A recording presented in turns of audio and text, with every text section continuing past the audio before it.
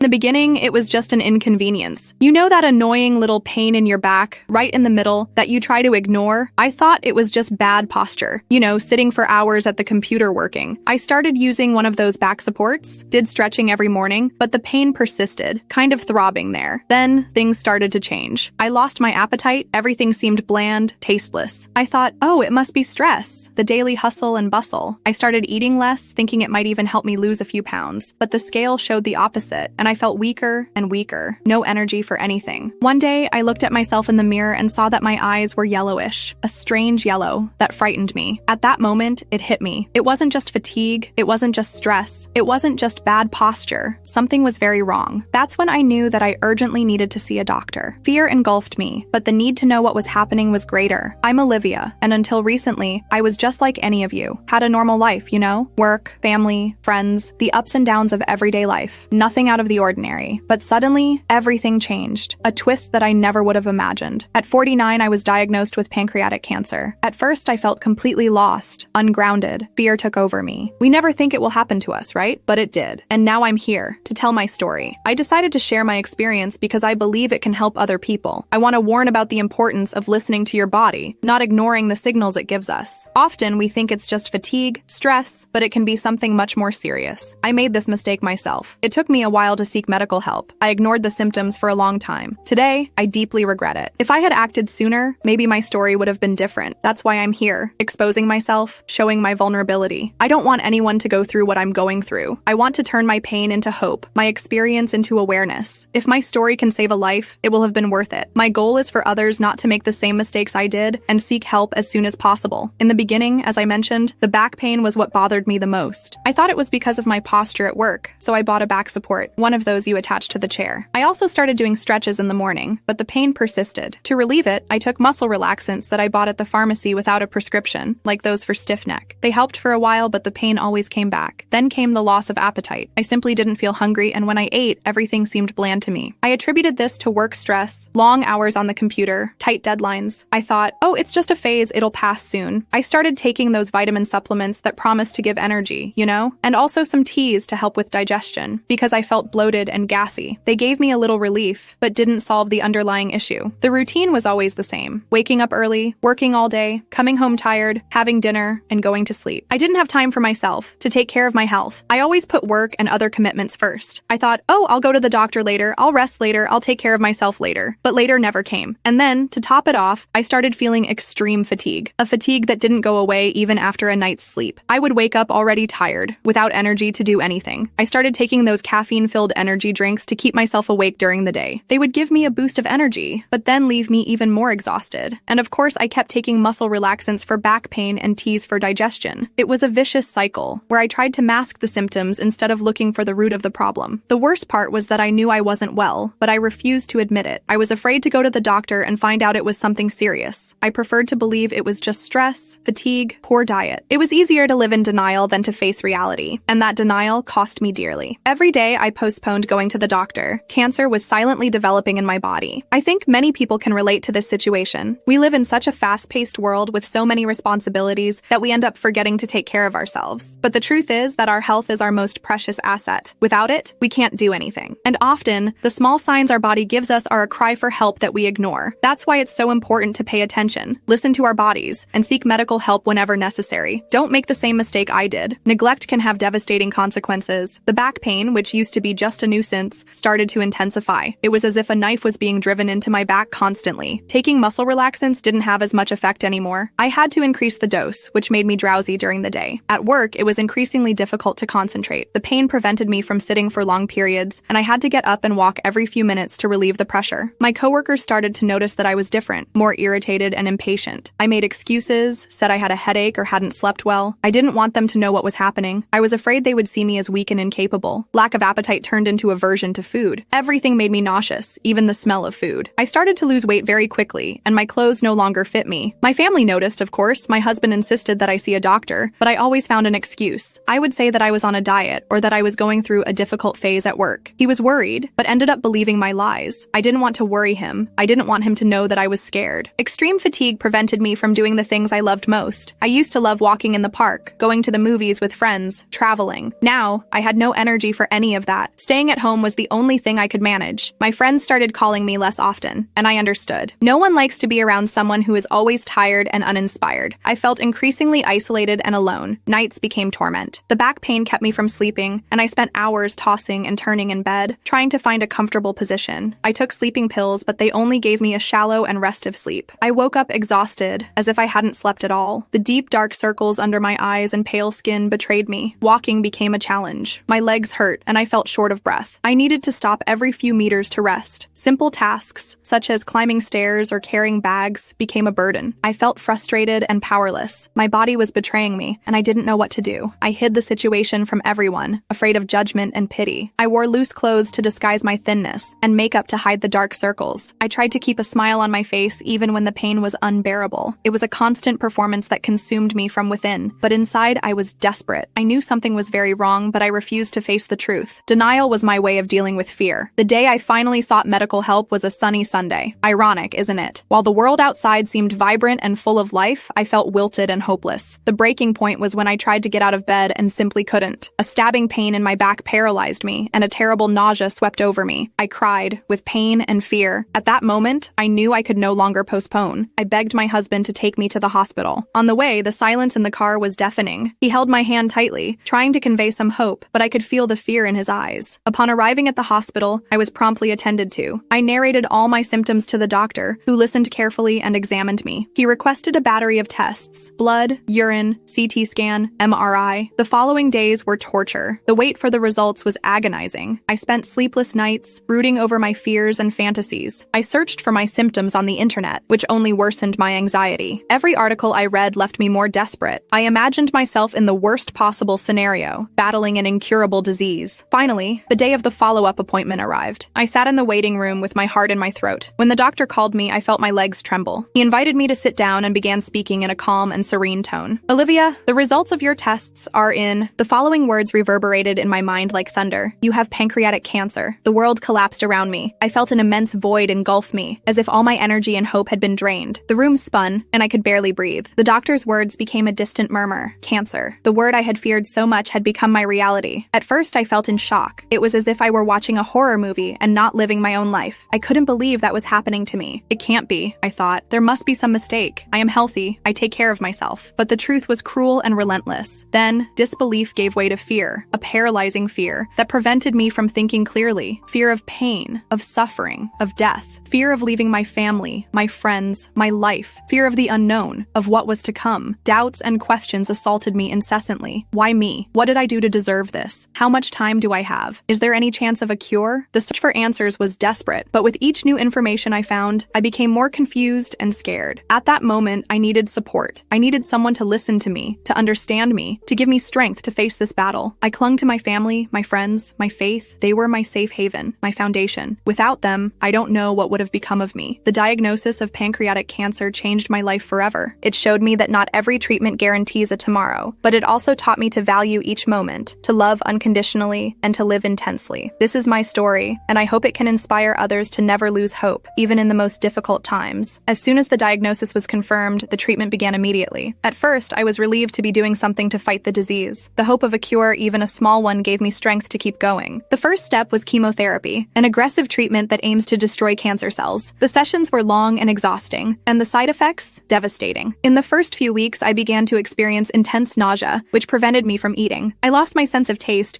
and everything tasted like metal. I vomited several times a day and could barely stay hydrated. The fatigue was extreme, a fatigue that paralyzed me and prevented me from doing the simplest tasks. My hands and feet became numb and swollen, and any touch caused me pain. The most visible and impactful side effect was the hair loss. In a few days, my long brown hair began to fall out in clumps. It was a terrible shock, a blow to my self-esteem. I felt ugly and vulnerable. I shaved my head to avoid the anguish of seeing my hair fall out little by little. I started wearing scarves and wigs, but nothing made me feel like before. In addition to chemotherapy, I also had to undergo radiation therapy, another aggressive treatment that attacks cancer cells with radiation. The radiation therapy caused burns on my skin, which left me in a lot of pain and sensitivity. The irradiated area turned red and swollen, and any contact caused a burning sensation. During the treatment, I had to be hospitalized several times due to complications. I had infections, anemia, dehydration, and other problems that left me very debilitated. The hospital stays were long and painful, and I felt isolated and scared. The days in the hospital hospital were endless, and I longed to go back home, to the comfort of my family. At a certain moment, the doctors decided that I would need to undergo surgery to try to remove the tumor. The surgery was complex and risky, but it was my only chance of a cure. The surgery was long and difficult, and the recovery slow and painful. I spent weeks in the hospital recovering from the surgery. I had complications such as infection and bleeding, which left me even weaker. The pain and suffering were constant throughout the treatment. The physical pain was intense and persistent, and the emotional pain even worse. I felt powerless and desperate. There were moments of discouragement and rebellion, where I questioned the meaning of it all. I even thought about giving up, surrendering to the illness. But amidst the pain and suffering, I found the strength to keep going. The love and support of my family, my friends, and the medical team were essential. My husband was by my side at all times, giving me affection, support, and hope. My children visited me whenever they could, bringing me joy and motivation. My friends called me, sent me messages, and made me feel loved and welcomed. The medical team was tireless in offering me the best possible treatment. The doctors, nurses, and other healthcare professionals treated me with respect, affection, and attention. They explained everything about the treatment, answered my questions, and provided me with emotional support. They were my true guardian angels. The support I received helped me maintain hope and fight against the illness. I learned to value each day, each moment, each little joy. I discovered the strength that exists within me and the importance of believing in life. Cancer transformed me, taught me to be stronger, more resilient, and more grateful. Many times we hear about terminal illness and palliative care as if they were the same thing, but there is a crucial difference between the two. Being in a terminal state means that the disease has reached an irreversible point where there are no more chances of cure or of extending life. At this stage, the main focus is to ensure the maximum comfort and dignity possible for the patient, relieving pain and other symptoms. Palliative care, on the other hand, is a much broader approach and can be initiated at any stage of the illness, from diagnosis to end of life. The primary goal of palliative care is not to cure the disease, but rather to improve the quality of life for the patient and their family members, alleviating physical, emotional, social, and spiritual suffering. It is important to demystify the idea that palliative care means the end of the line. On the contrary, they represent a form of comprehensive care that aims to provide well-being and dignity at all stages of the disease. Palliative care encompasses a range of measures, such as pain management with medications and other therapies, treatment of other symptoms like nausea, shortness of breath, and fatigue, psychological and emotional support for the patient and their family, social support to help deal with the practical difficulties of daily life, and spiritual support for those seeking comfort in faith. A multidisciplinary team, consisting of doctors, nurses, psychologists, social workers, and other professionals,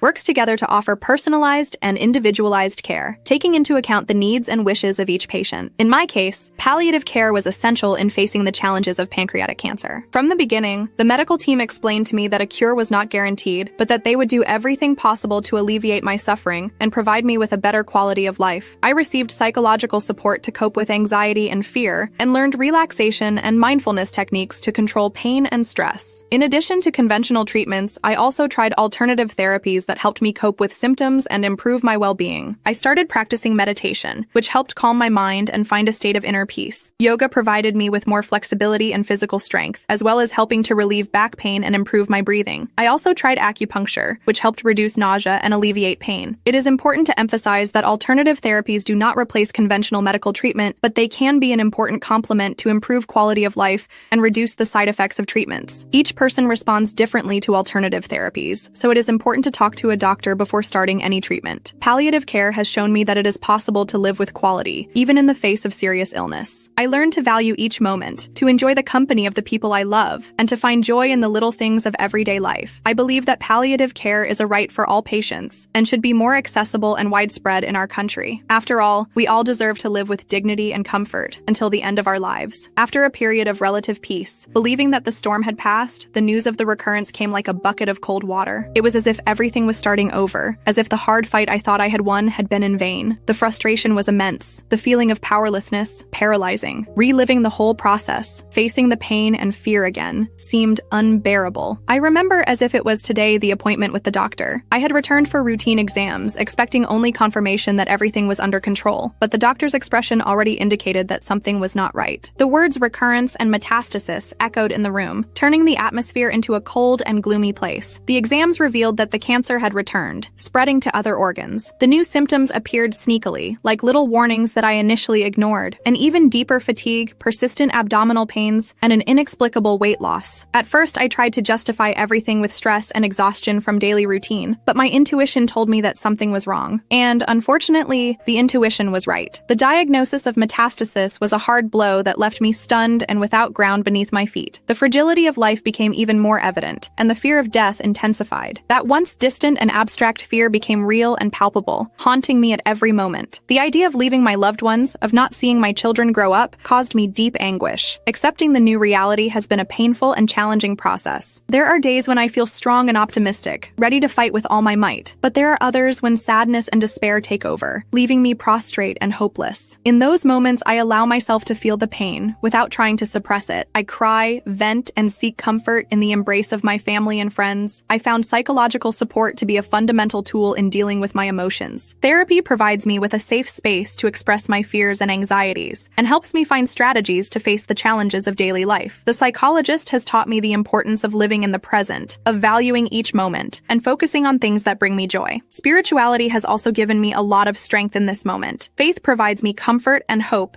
and helps me find meaning amidst the suffering. Prayer calms me and connects me with something greater than myself, giving me the certainty that I am not alone on this journey. Today, I live one day at a time, trying to make the most of each moment. I have learned to appreciate the little things, like a smile, a hug, a sunset. I have discovered the importance of taking care of myself, both physically and emotionally. I eat healthily, engage in light physical exercises, and make time for things that bring me pleasure. I know the path ahead won't be easy, but I am willing to face it with courage and determination. I believe that life is a precious gift, and that we should make the most of it, regardless of the circumstances. And even in the face of uncertainty, I choose to live with hope, with faith, and with love. The greatest lesson cancer has taught me is the importance of living in the present. Before, I was so focused on the future, planning every detail, worrying about what was to come, that I forgot to enjoy the now. I would set aside the small pleasures, the simple joys, the opportunities to be happy. The illness forced me to slow down, to stop, and to pay attention to what truly matters. Today, I live one day at a time, without worrying too much about tomorrow. I have learned to savor each moment, to appreciate each experience, to be grateful for each opportunity. I have discovered that happiness is not in having, but in being. It is not in achieving ambitious goals, but in enjoying the simple moments of life. Among my favorite activities are spending time with my family, reading a good book, walking in the park, cooking, listening to music, and watching movies. I love feeling the sun on my face, the wind in my hair, the smell of nature. I enjoy admiring the beauty of flowers, watching birds fly, contemplating the starry sky. The moments of joy are those when I am surrounded by the people I love. A Sunday lunch with the family gathered, a romantic dinner with my husband, a lively conversation with my friends, a tight hug from my children. It is these moments that give me strength to move forward, that make me feel loved and welcomed. The little things that bring me happiness are a warm coffee in the morning, a sincere smile, an unexpected compliment, a gesture of affection, a message of support. It is these details that make the difference in my day, that show me that life is beautiful, despite the difficulties. Illness has taught me to value relationships, to express my feelings, and to be grateful for life. Before, I had difficulty showing what I felt, saying I love you, recognizing people's qualities. Today, I am not afraid to be vulnerable, to open up to the people who are important to me. I have learned to express my feelings clearly and sincerely, to say what I think and feel, without fear of being judged. I am thankful every day for my life, my health, my family, my friends. I am grateful for every opportunity, for every lesson, for every challenge. I acknowledge that life is a precious gift, and we should make the most of it, regardless of the circumstances. Illness has taught me to prioritize what truly matters and to set aside unnecessary worries. Before, I worried too much about trivial things like appearance, status, professional success. Today, I know that what truly matters are relationships, love, health, peace of mind. I learned not to care about others' opinions, not to compare myself to anyone, not to be too hard on myself. I let go of worries about work, finances, the future. I learned to live one day at a time, to trust the process, and accept what comes. I understood that I cannot control everything, and that some things are simply beyond my reach. Illness has made me a stronger, more resilient, and more grateful person. I learned to cherish what I have, to not complain about what I lack, and to seize every moment as if it were the last. I discovered the beauty of life, the power of love, and the importance of faith. And even in the face of uncertainty, I choose to live with hope, with joy, and with gratitude. Life and death. Two sides of the same coin, two aspects of the same story. Before the illness, I saw death as something distant, abstract, something that happened to others, but not to me. Life, on the other hand, was a constant rush, an unrelenting pursuit of more, of better, of more success, more money, more recognition. Cancer confronted me with my own mortality, forced me to confront the fragility of life and to accept the inevitability of death. Suddenly, death ceased to be something distant and became a real, present, imminent possibility. And paradoxically, this closeness to death made me love life even more. I learned learned that life is a precious gift, a miracle that we must celebrate every moment. I discovered that time is a valuable asset, one that we cannot waste on unnecessary worries, on resentments, on grudges. Each day, each hour, each minute became important, meaningful. Illness taught me to live intensely, to seize every moment as if it were the last. I learned to value the little things, the simple gestures, the moments of joy. I discovered the beauty of nature, the power of love, and the importance of faith. My experience with cancer has transformed me profoundly. I have become a stronger, more resilient, and more compassionate person. The pain and suffering have taught me to have empathy for others, to understand their difficulties, and to offer my support. I have learned to listen with the heart, to welcome people with love, and to offer my shoulder to those in need. Cancer has made me value relationships, to express my feelings, and to be grateful for life. I have learned to say I love you, to show my affection, and to recognize the qualities of people. I have become more present, more attentive, and more generous. The legacy I want to leave is that of a person who loved intensely, who fought with courage, and who lived with purpose. I want to be remembered as someone who made a difference in people's lives, who inspired others to be better, and who left a more just and humane world. I believe that my experience with cancer can serve as inspiration for other people facing similar challenges. I want to show that it is possible to live with quality, even in the face of illness, that it is possible to find joy amidst suffering, and that it is possible to transform pain into strength and hope. My message to those who are fighting cancer or any other serious illness is, do not lose hope, believe in life, and never give up the fight. Seek medical, psychological, and spiritual support. Surround yourselves with people who love you and support you. Take care of your physical and mental health. Value every moment, every smile, every hug. Remember that you are not alone on this journey. There are many people who care about you and are willing to help. Believe in the strength that exists within you and never lose faith. Life is a precious gift, and you deserve to live it fully, with joy and hope. Take care of your health, have preventive checkups, follow medical advice, and adopt healthy habits. Eat a balanced diet, exercise, sleep well, and avoid stress. Remember that prevention is always the best medicine, and above all, love life, love people, and love yourselves.